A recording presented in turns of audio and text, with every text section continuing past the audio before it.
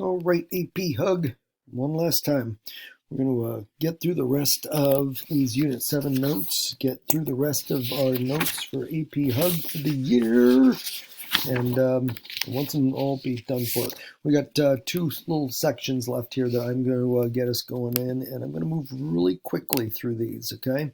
So Section 4 deals with sustainable development, and pretty much kind of got a very condensed little definition here, but it is the idea of us doing things now with basically the environment, our planet, societies, cities. I mean, this can we can look at this in many different ways, but really, it's that idea of thinking about the future and making sure that we're going to leave a habitable world to future generations. And so when we focus on sustainable development, it's some of the fine tuning that we can do that will hopefully accomplish that goal. Okay. Um, and we can take a look at some of the obstacles that we have that get in the way of us doing that. And a lot of these are things that have been kind of around for a while. Resource depletion is a big one, and when we talk about resource depletion, it's just the idea that some of the resources we talk about here, they're finite, which means that there's not just an endless supply of them. And when we talk about fossil fuels, those are finite, and just knowing that we're going to reach a point potentially where we no longer have this. So obviously the water is of the ones that are listed up there is probably the most critical because, well, it's kind of necessary to life. And so making sure that we're safeguarding some of these resources is really important.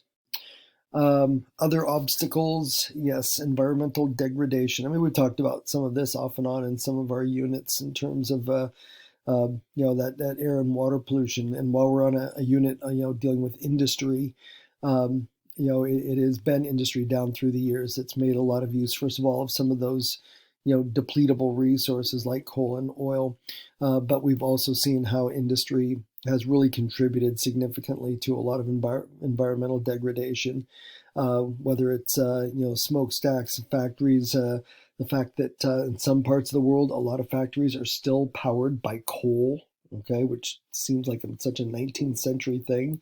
But a lot of those factories still have machines that are powered by coal, and that produces a lot of air pollution. And also a lot of industries, sometimes through negligent, um, in some cases almost criminally negligent kind of practices, have ended up damaging water resources, where they're polluting into rivers, streams, that kind of a thing. And gets and a lot of these get us into the whole controversial idea of climate change, or climate impacts, whether we're going to look at it in terms of global warming, things like that. And then I know people have very different perspectives on climate change depending on your politics and that sort of a thing. But it's definitely something that's out there that we talk about, and and maybe debate about and argue about and don't agree about. But it's definitely a topic that's on the table. How we get around these obstacles, encourage sustainable development. One of the biggest moves we've seen in the last 20, 30 years or so has been the big push for recycling. Even at Seton, we see that we have some kind of you know, kind of receptacles around the place that we try to encourage you guys to make use of. Our classrooms have our little recycling bins for waste paper and recyclable plastics and stuff like that. And recycling has gone much larger than that. It's a tricky area because while we are able to do a pretty good job in the 21st century collecting recyclables, we seem to be struggling a little bit with being able to process those recyclable goods. And I know here in the United States, we don't have the capacity yet to properly process a lot of recycling.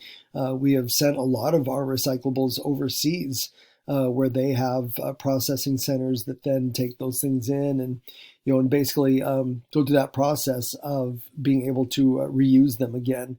repurpose them, and whether it's kind of breaking them down, melting them down, however the processes are. And probably one of those areas, the United States, our country is going to have to have some more growth on, so that, because it seems like we're doing a good job of encouraging people to recycle, and now it's just a matter of us being able to do the right thing with the recycled goods that that we're gathering.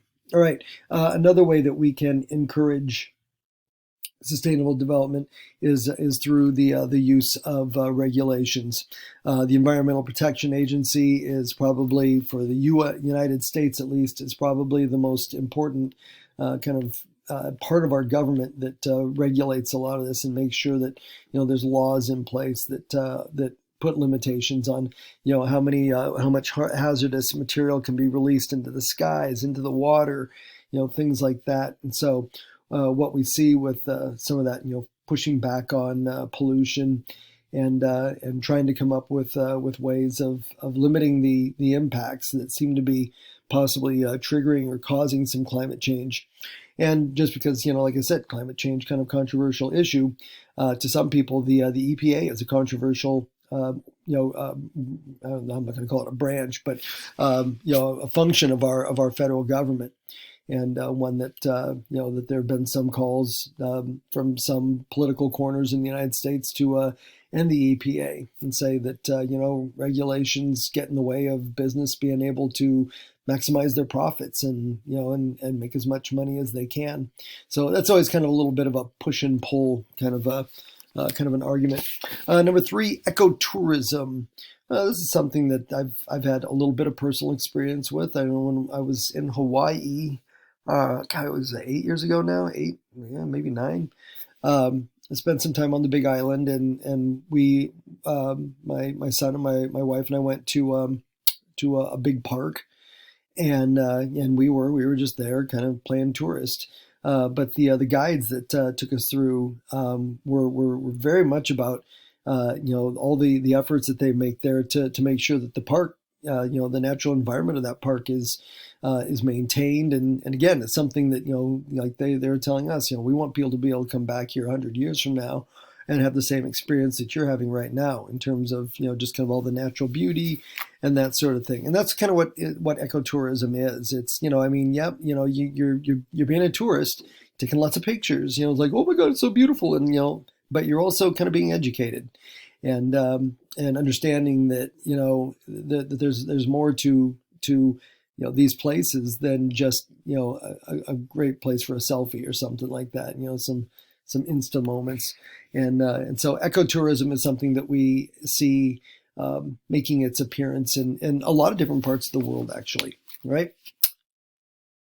All right, and then we get to our last section, and that is on women and economic development. We've kind of tied in, and I've talked to you guys before that that a College Board, they put an emphasis on this, and I'm sure there's got to be at least some of it that is a recognition that a lot of times in the social studies, of which AP Hug is part of, there seems to be an inequality when it comes to I know that when it comes to some of the history courses I teach and some of the books that sometimes even required to work with, it's kind of like, okay, were there any women around? Because they're not given much attention, they're not given much focus, even though women were contributing so much. They were contributing plenty to different historical periods. But because we have this kind of patriarchal view of things, we tend to diminish and minimize where women fit into the global picture.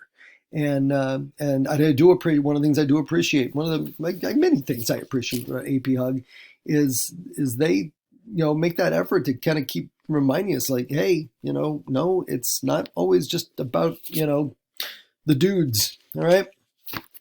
So we'll wind it out on this topic. This will finish off Unit 7 and finish off these notes.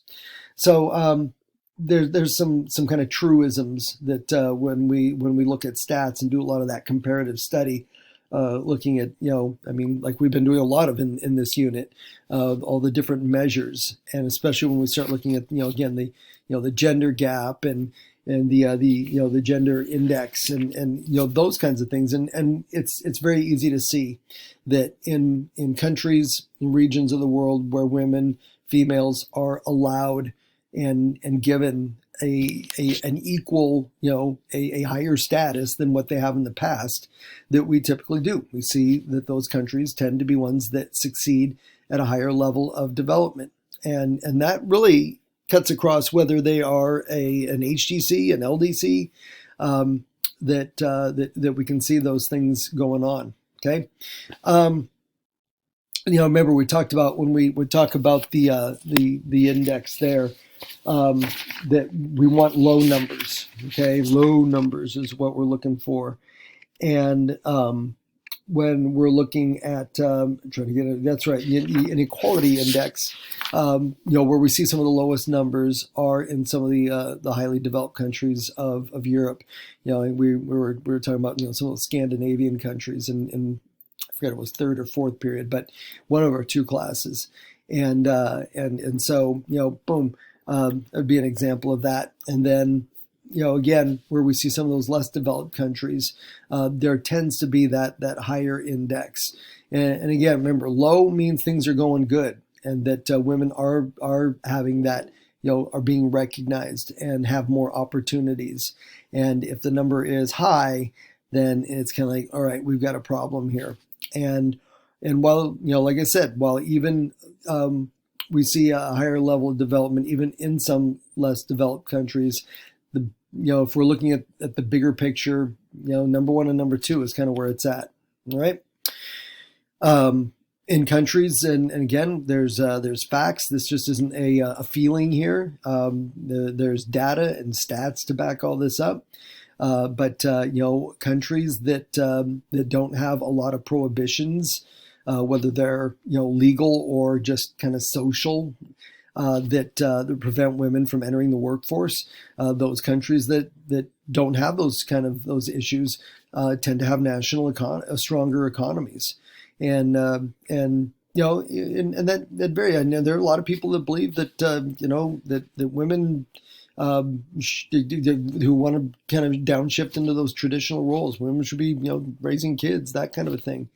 But in a lot of countries, including our own, for a lot of families, it's pure economics, that they're not going to be able to make ends meet if it's just one, just the man who's doing the work. Oh my goodness, my pictures! How did this happen? You can tell we must be getting toward the end. My PowerPoint's starting to just. Let's see. Let's take a look at this. All right.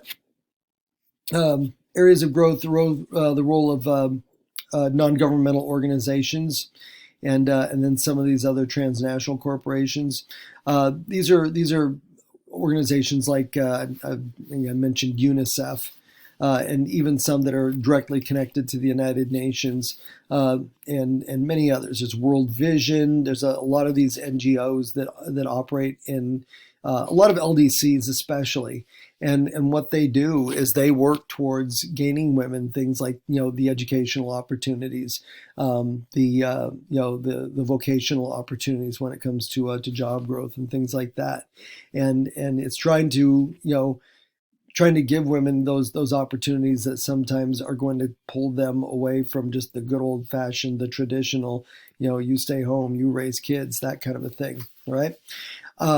We can look at both HDCs and LDCs, and number two is, again, just not a feeling. You can back it up with stats and data, and that is that women who have even just an opportunity to get in some parts of the world, just getting like a grammar school level or a high school level education is going to pay off huge for them in terms of the kind of pay that they can make.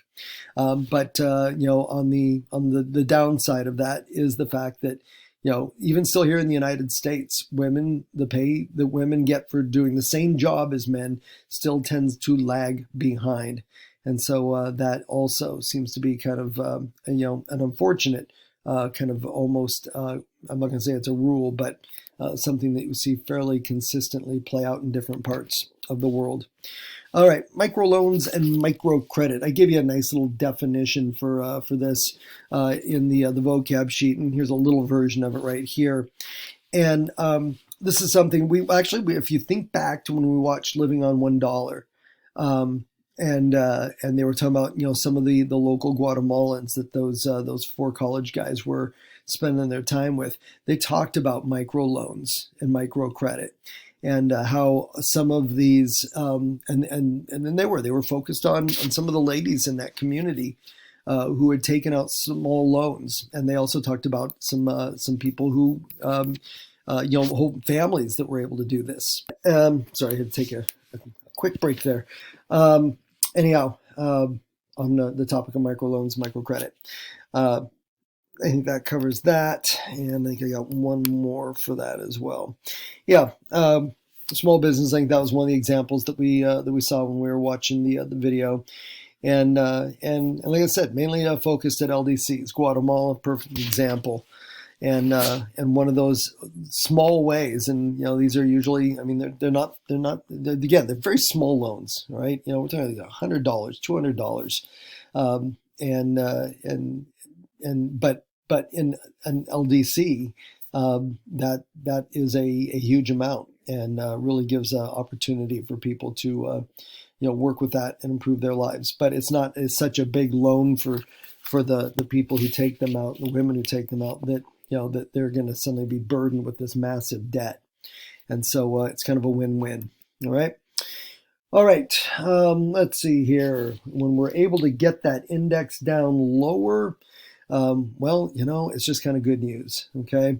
Because again, remember, the lower that index is, the more equality there is between the genders. Women are treated with more respect. Women do have more opportunities. And so, number one is just kind of a no-brainer there. You look at a country like ours, you look at countries in Europe. I mean, look at any country where, when they show members of their government, whether it's if it's a democratic type government like ours, and so you have a legislative body of some type, and yeah, I know when some people look at when they show that on the news, or you see a picture of a whole bunch of members of a governing body or Congress, some people focus on kind of the diversity in terms of race, but look at it in terms of the diversity in terms of gender. Are you in a country that's just being run by a bunch of men? You look at the United States, a number of European countries, and I think we can probably at this point in time start to extend it even beyond that, honestly. And you're seeing an increasing number of women who are participating, and the more that number increases, boom, there you go. All right. And then, when I think of number two, I think about going, man, guys, get in the Wayback Machine and go back to when we watched Don't Panic with Hans Rosling, and and he was in Bangladesh, and he was focused on some of those women who, I don't recall if they were working through an NGO or if it was something that was just internal within the country of Bangladesh itself, but they were working with women in Bangladesh to try to get a handle on the birth rate and that sort of thing. And so with them, contraceptives really was the key to that. They were starting to bring it down to, instead of these families of 7 or 8, they were getting down to 2 or 3.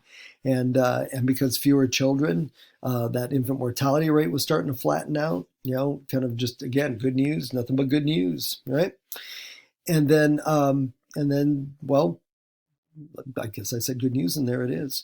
That all results in just this again, the nightmare scenario that some people see. We get to take more of that Hans Rosling approach to it. That it's not a crisis, it's nothing to get worried about, and as our world continues to grow, and our population continues to grow, we'll always be able to to tackle that, and tackle it hopefully in a positive way. All right. There we go. Yes. Pat yourself on the back, or I don't know, go drink a nice big glass of water. Anyhow, you got it. All right. You got it. And don't fool yourself. You took a lot of notes. You probably took more notes in this class than you probably took in all of middle school. I would have to imagine. Um, but you're done. You're done. All right. And so am I, because that means I don't have to make any more videos for AP Hug this year. And I'm going to go drink a big glass of water myself. So, all right, that's it. Cut it, and see ya.